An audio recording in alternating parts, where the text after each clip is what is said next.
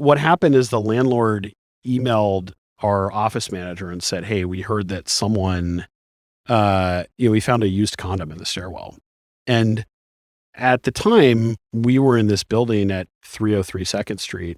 There are like 30 other companies in that building. It's not even clear that it was someone from Zenefits. But we were the company that sent an all-employee email saying that this behavior is unacceptable, which then got picked up in the media and sort of written and rewritten to like, sort of orgies at like high-flying tech startup. And, but largely that story was just not true.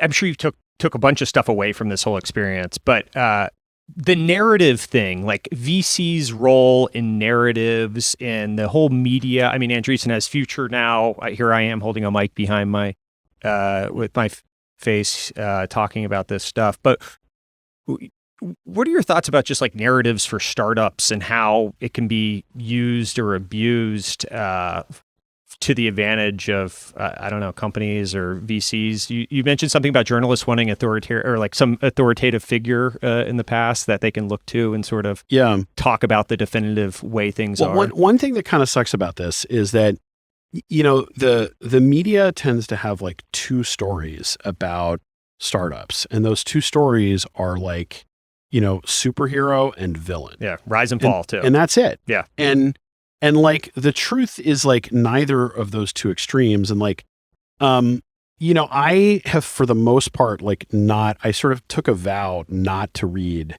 any of the news coverage about me or Rippling, starting about 5 or 6 years ago, and have mostly stuck to it.